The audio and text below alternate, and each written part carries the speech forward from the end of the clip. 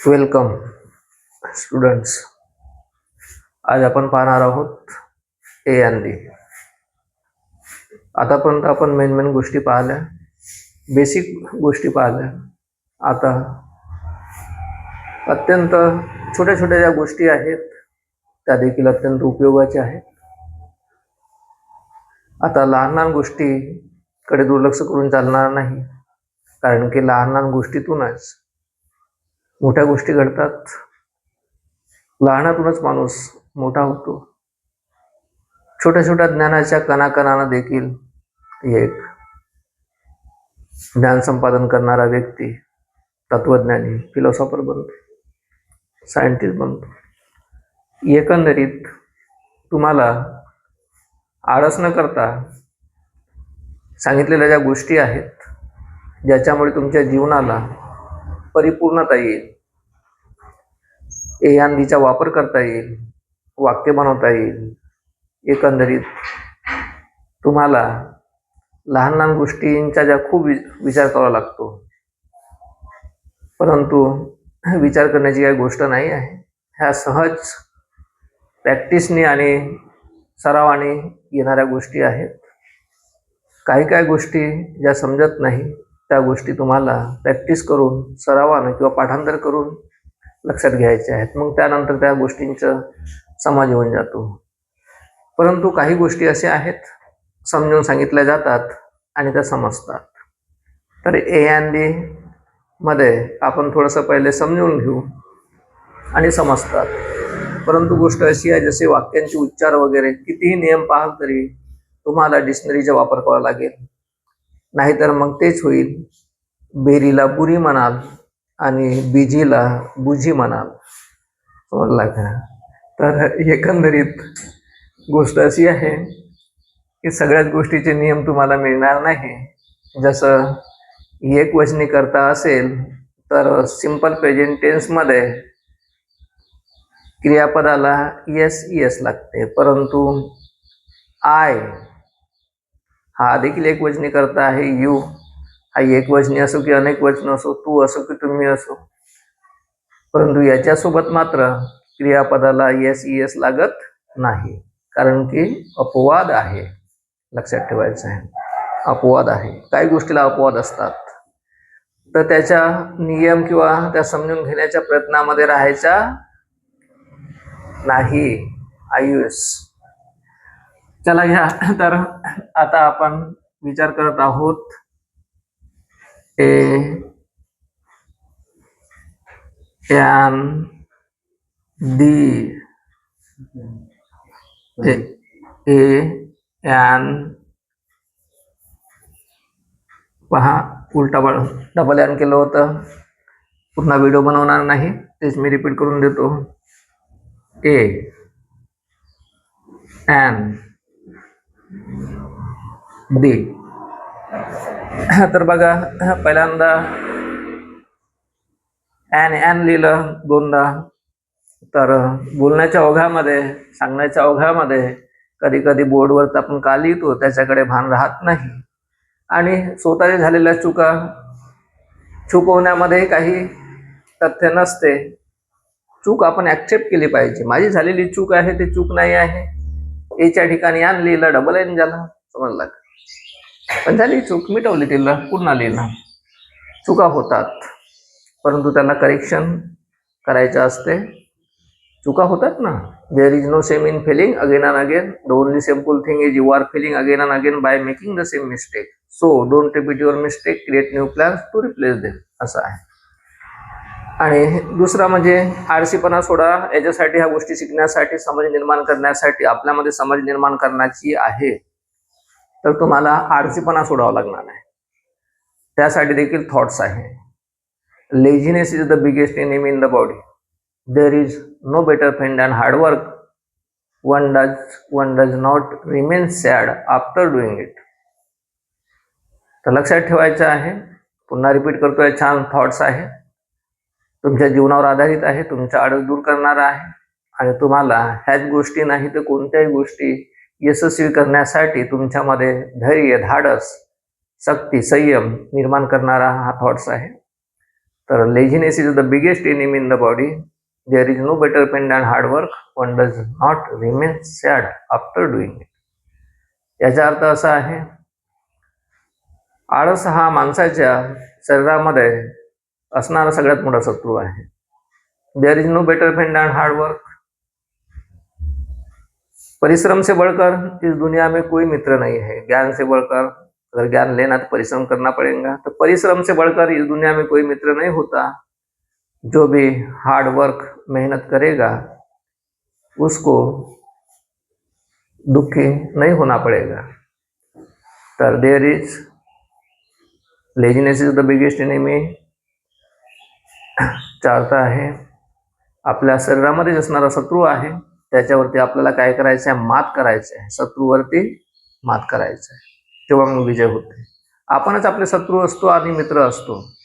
परंतु गोष्ट अशी आहे मित्रांनो, की आपल्याला बऱ्याचशा गोष्टीची नासमज असते, त्या समजून घेत नाही. आपल्याला अध्यात्माची जाणीव नसते. मेडिटेशन म्हणजे काय जाणीव नसते. जीवन काय आहे हेही कळत नाही. त्याच्यामुळे आपण अहंभाव, क्रोध, लोभ, मोह, मद, मत्सर, माया अनेक गोष्टीमध्ये गुंतून राहतो आणि जीवन व्यर्थच. समज निर्माण करण्यासाठी आणि शांत आणि स्वस्थ राहण्यासाठी आणि बुद्धीचा पूर्ण विकास करण्यासाठी आपल्याला बऱ्याच गोष्टीची गरज असते. आणि त्यासाठी देखील मी या गोष्टी शिकवता अधूनमधून हे भाषण देत राहतो. हे अत्यंत उपयोगाचे आहेत, कारण की आता ए अँड डी हे काही अर्धा घंटा शिकवणारी गोष्ट नाही आहे. आता तुम्हाला 5 मिनिटामध्ये ए अँड डी म्हणजे काय समजून जाईल. तर 5 मिनिटं 6 मिनिटाचा हा जो भाषण दिलेला आहे, हा काही टाइमपास करणारा भाषण नाही आहे. जसं ॲल्विस किंवा ध्रुव राठी किंवा अन्य जे तुम्हाला टाइमपास करतात आणि लाखो करोडोचे फॉलोअर आहेत, त्यांचे सबस्क्रायबर आहेत. किती लोकांचं जीवन खराब होत असेल. टाइमपास करून तुम्हाला हे ए अँड डी तरी शिकता येईल का रे? नाही शिकता येणार. आणि म्हणून तुम्हाला सांगतो की टाइमपास करण्यासाठी जीवन नाही, तर काहीतरी चांगल्या गोष्टी शिकण्यासाठी आणि शिकवण्यासाठी आहे. चांगल्या गोष्टी शिकायच्या आणि इतरांना शिकवायच्या, ह्या गोष्टींची खूप गरज आहे. आज आपण पाहतो आहे खूप अनर्थ घडत आहेत आधुनिक युगामध्ये. एवढे कायदे कानून आणि सगळ्या गोष्टी असल्यानंतरही किती अनर्थ घडत आहेत. तर हे अनर्थ थांबवण्यासाठी माणूस जो आहे हा अनेक विकृतीपूर्ण आहे. लहानपणापासून जरी पालकांनी सावध राहिलं आणि लहान मुलांना चांगलं शिक्षण दिलं आणि स्वतः पालकांनी देखील इंग्रजीकडेच नाही तर अनेक गोष्टीकडे नुसते इंग्रजी शाळेत पाठवल्यानं काय नाही होत. आज आपण पाहतोय रिक्षावाला असेल तो इंग्रजी शाळेत पाठवतो, येत तर काहीच नाही. आज 10वी आणि 12वीचे विद्यार्थी जेव्हा येतात त्यांना ए अँड डी किंवा अनेक ज्या गोष्टी आहेत सध्या क्रियापदाचं रूप माहीत नसते आणि इंग्रजी शाळेतले विद्यार्थी असतात आणि पालकांना ही गोष्ट समजत नाही. हा किती मोठा पागलपण आहे. त्यासाठी आम्ही मोहीम सुरू केलेली आहे आणि आमचे रोहित खित्रे सर हे छानपैकी मोहीम राबवत आहेत. एक दिवस रोहित खित्रे म्हणजे काय, माझ्यापेक्षाही जास्त त्याची प्रसिद्धी होणार आहे हे लक्षात ठेवायचं आहे. आणि एक दिवस तो हिंदुस्थानामध्ये जसं CBSE पॅटर्न जो आहे, नुसतं पैशाची लूटमारी आणि हे संचालक लोकांना मस्त धंदा पैसा कमवण्याचा एक मार्ग भेटलेला आहे. हमारा काम वैसा नहीं होगा. हमारा काम विद्यार्थियों का भला, समाज का भला, पालक लोगों को उसका जैसा लड़कों को पढ़ाना है बनाना है वैसे ही बनेंगे. इस प्रकार की हम शिक्षा देंगे. चलो तो हम अभी ए एंड डी की तरफ बढ़ते हैं. ए एंड डी तर लक्षात ठेवायचं आहे. पहिला आपण पाहतो ए एंड डी. आता जसं एचा वापर करायचा आहे, काउंटेबल वस्तू असेल, एकमेव वस्तू असेल, एखादी वस्तू आहे जिला आपण काउंटेबल म्हणतो आणि की मोजता येते. 1 2 3 संख्येनं मोजता येते. आणि लक्षात ठेवायचं आहे की एक वस्तू असेल, एक मुलगा असेल तर आपल्याला म्हणता येईल, हे वापरता येईल जसं a boy, a boy, a dog, a dog,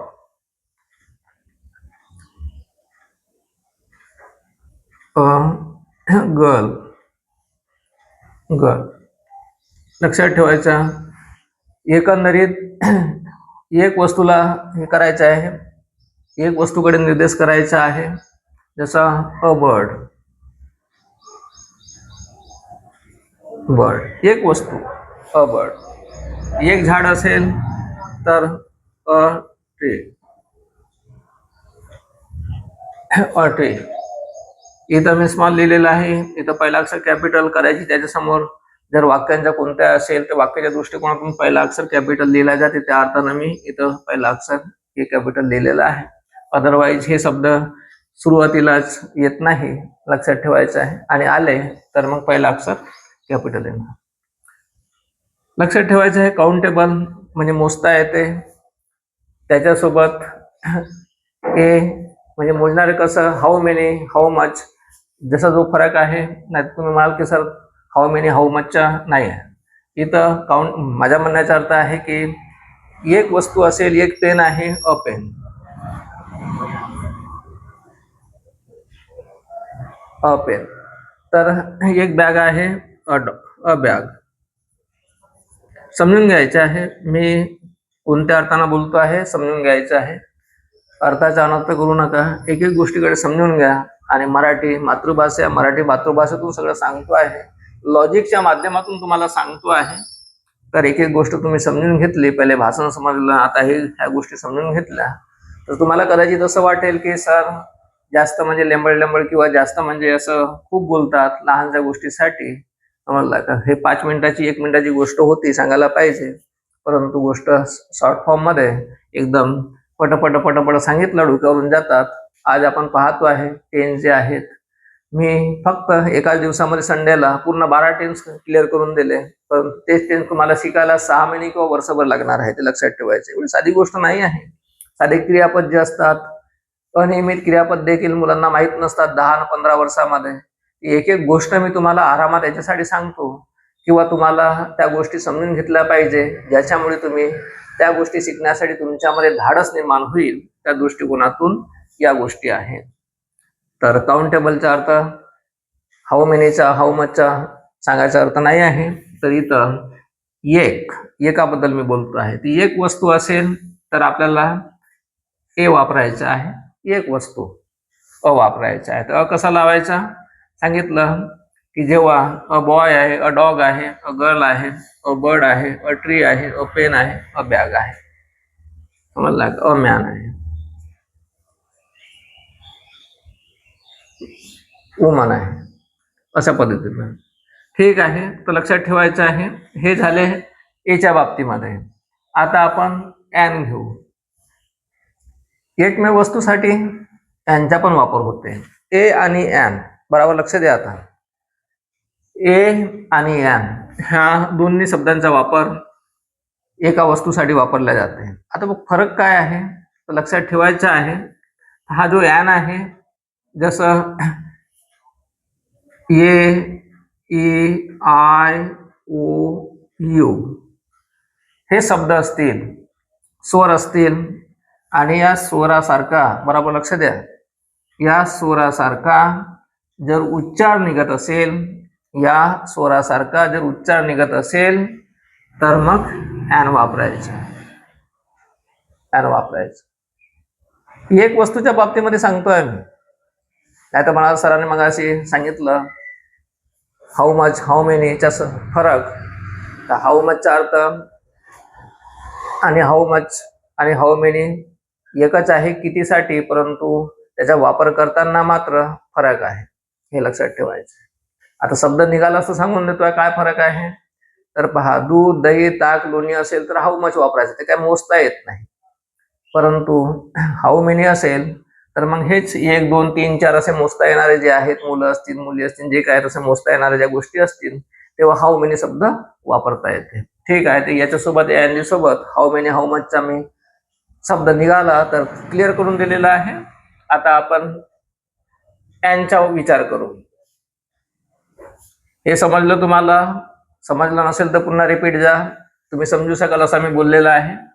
आता N, A, I, O, U हे स्वर आहेत, आणि या स्वरांचा उच्चार जर या शब्दाप्रमाणे निघत असेल तर मग तुम्हाला एन वापरता येते. जसं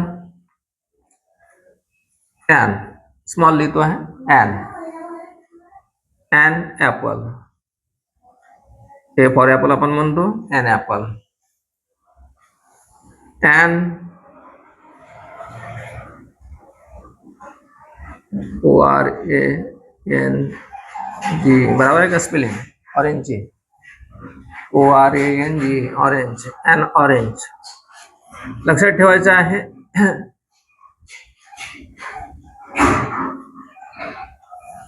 ओवर ॲन ओवर. हा आर आहे, हा आर आहे. Over over an over. आता पहा याच्यामध्ये पहिला अक्षर एच आहे. एच आहे पण एचचा उच्चार होत नाही. ओ हा जो ओ आहे ओवर, तर ओचा उच्चार इथे निघतो आहे. एचचा उच्चार आपण घेत नाही. ओवर नाही म्हणत, ओवर म्हणतो. तर ओवर ओवर. तर पहा याच्यामध्ये सुरुवातीला काही येई आय ओ यू शब्द आलेला नाही आहे. येच शब्द आलेला आहे. परंतु इथं समोर मात्र काय आलेला आहे? ॲन आलेला आहे. कारण की उच्चार जो आहे त्या उच्चाराकडे आपल्याला लक्ष द्यायचे आहे. आता पहा ॲन अम्ब्रेला. And umbrella. आता इथं हा यू आलेला आहे. आता याचा उच्चार जरी युने नसता तर पहा यू इथं ॲन आला नसता, मग अ आला असता. परंतु इथं अचा उच्चार आहे हा येचा जसा उच्चार आपण करतो अ तसा अचा उच्चार आहे अम्ब्रेला. त्याच्यामुळे इथं ॲन अम्ब्रेला आलेला आहे. अशा प्रकारचे जे शब्द आहेत ॲन कसं वापरायचा, तर ये आय ओ यू हे जर शब्द असतील तर आपल्याला ॲन शब्द वापरता येते. तर पहा ॲन O1 ॲन O1 असा पण होतो आहे ॲन MA. आता पहा इथं ओ आहे, ओचा उच्चार आहे ॲन O1. इथं मात्र हा यम आहे. हा काही ये आय ओ यू नाही आहे, परंतु एम ये सारखा होतो MA. त्याच्यामुळे इथे ॲन येणार. अशा पद्धतीनं आपण ए आणि ॲन हे दोन शब्द पाहिले. आता आपण पाहणार आहोत अत्यंत महत्वपूर्ण तिसरा शब्द दी म्हणतायत. दी पण म्हणा, द पण म्हणा. प्रेशर देऊन दी म्हणा, अदरवाईज द. आता हा शब्द वापरण्यासाठी समजून घ्यायचं आहे की जसे एकमेव वस्तू असली, चांद, सूरज, धरती, तारे, आसमान, एकमेव वस्तू असेल तर त्याला आपल्याला द वापरता येते.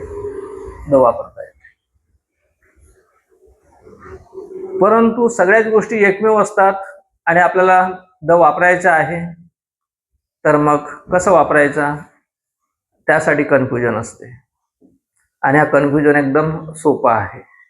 लक्षात ठेवायचं आहे की ए आणि ॲन सारखा आपण जो फरक पाहला, एका वस्तूसाठी आपण ह्या दोन शब्दामध्ये कन्फ्युजन होऊ शकते.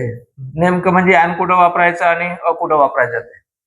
परंतु द मध्ये मात्र तुमचं कन्फ्युजन पोझिशन बिलकुल नाही आहे. तुमचं कन्सेप्ट क्लिअर आहे. सांगितलं आता कन्सेप्ट क्लिअर. एखादी गोष्ट तुमच्या मनामध्ये स्थिर आहे आणि तुम्हाला माहित आहे की नेमकी वस्तू काय आहे. तुमचं कोणता दरवाजा आहे, कोणतं कॅल्क्युलेटर आहे, कोणता पक्षी आहे, कोणता प्राणी आहे, कोणता व्यक्ती आहे, एकंदरीत तुमच्या मनामध्ये पूर्ण क्लिअर आहे, स्पष्ट आहे, तर तुम्हाला हा द वापरता येते. पहा, जसं द कॅल्क्युलेटर लक्षात ठेवायचं आहे. The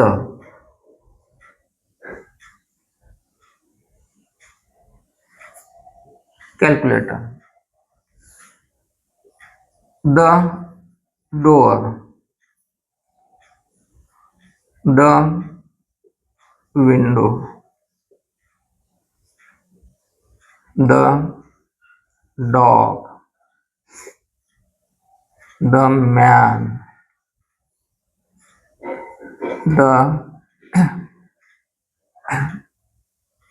the boy, the girl. अजूनही तुम्हाला the bus, the train, the bag,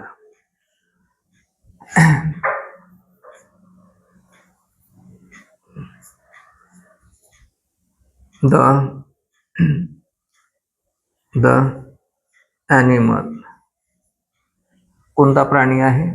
माहीत असणारा प्राणी लक्षात ठेवायचा आहे. The bird. झाला का बर्ड? नाही झाला. The bird.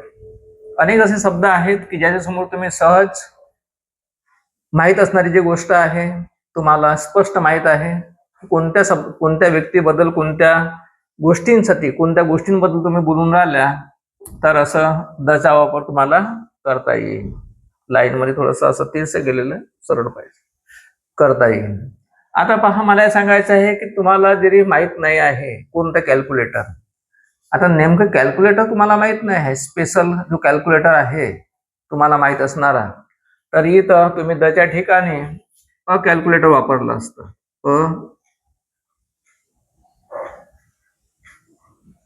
कॅल्क्युलेटर वापरलं असतं, द नसता वापरला.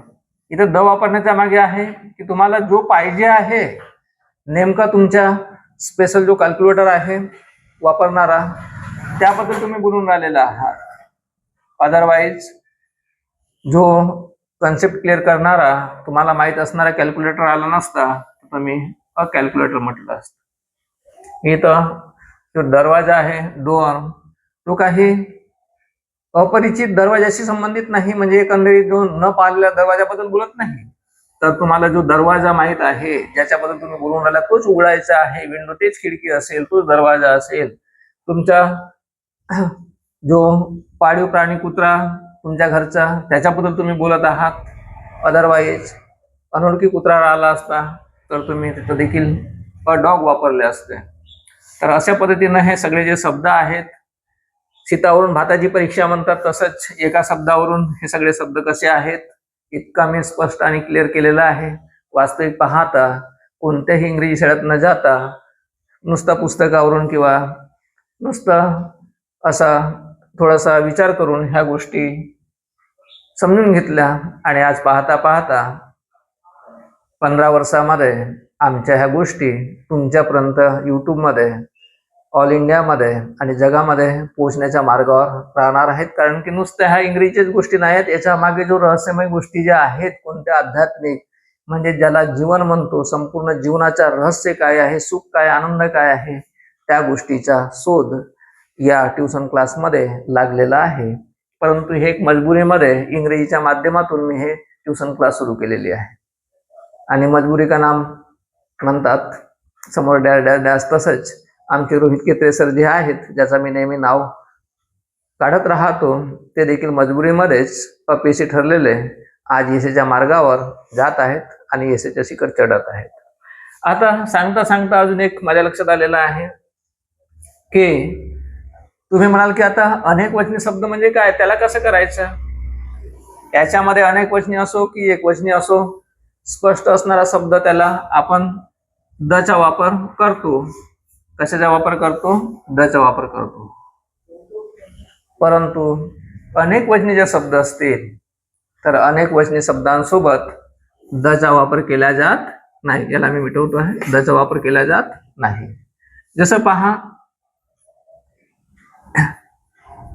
सॉरी, दचा वापर केला जात नाही म्हटलं मी. दचा वापर केला जाते, परंतु ए आणि यांचा वापर केला जात नाही अनेक वचन शब्दांसोबत. बरोबर लक्षात घ्या. बोलताना माझ्या भान नसल्यामुळेच कधी कधी भान राहत नाही, तर बोलताना मी म्हटलेलं आहे द नाही, ए आणि यान. तर जवळपास किती 20 मिनिटं झालेले आहेत, 25 मिनिटं झालेले आहेत. तर बघा आता ह्या 5 मिनिटाच्या आतमध्ये हे तुमचं यांदी संपवून देतो. तर एक तुम्हाला अनेक वचनचे शब्द असते, प्लुरल ज्याला आपण म्हणतो. तर जसं बॉईज, द वापरता येईल, परंतु ए आणि यान ह्या दोन पैकी वापरता येणार नाही. इथं तुम्हाला अ किंवा ॲन असं होऊ शकत नाही. एकतर ॲन साठी हा नियम पाहिजे आणि एक वचनी पाहिजे. ये साठी देखील काय पाहिजे, याचा नियम ॲनचा आहे. एक वचनीसाठी एक वस्तू असेल तर लागेल. अनेक वचनी शब्दांसोबत हे पण लागणार नाही, ॲन पण लागणार नाही. तर हे जे आहेत हे कट आहेत, लक्षात ठेवायचं आहे. अनेक वचनी शब्दांसोबत ये आणि यान कधीच लागत नाही, हे बरोबर लक्षात ठेवा. मग इथं डोअर्स असो, डोअर्स नाही म्हणता येणार, लक्षात ठेवायचं आहे. इथं विंडोज असो, इथं देखील लागणार नाही, इथं लागणार नाही. अनेक वचनी शब्द आहे. पहा, इथं डॉग्स आहेत, इथं पण लागणार नाही. इथं मॅनचं अनेक वचन मेन होते, इथं पण हे लागणार नाही. इथं बॉय तर पहिलेच लिहिलेलं आहे. इथं गर्ल्स, इथं देखील हा लागणार नाही. हे लिहून कट याच्यासाठी करतो आहे की तुम्हाला कळलं पाहिजे, ताबडतोब कळलं पाहिजे. अनेक वचनी शब्द आहे, त्याच्या पहिले अनेक वचनी वाक्यामध्ये ए आणि यांचा वापर होत नाही. ए आणि यांचा वापर होत नाही, लक्षात ठेवायचं आहे. आता बस आहे, इथं बसेस, इथं ये लागणार नाही, यान लागणार नाही. इथं ट्रेन, इथं पण लागणार नाही. इथं बॅग्स, इथं पण हा ये लागणार नाही, लक्षात ठेवायचं आहे. हा कट होईल. ॲनिमल्स, अनेक प्राणी आहेत, इथं पण हे लागणार नाही. आणि इथं बर्ड्स,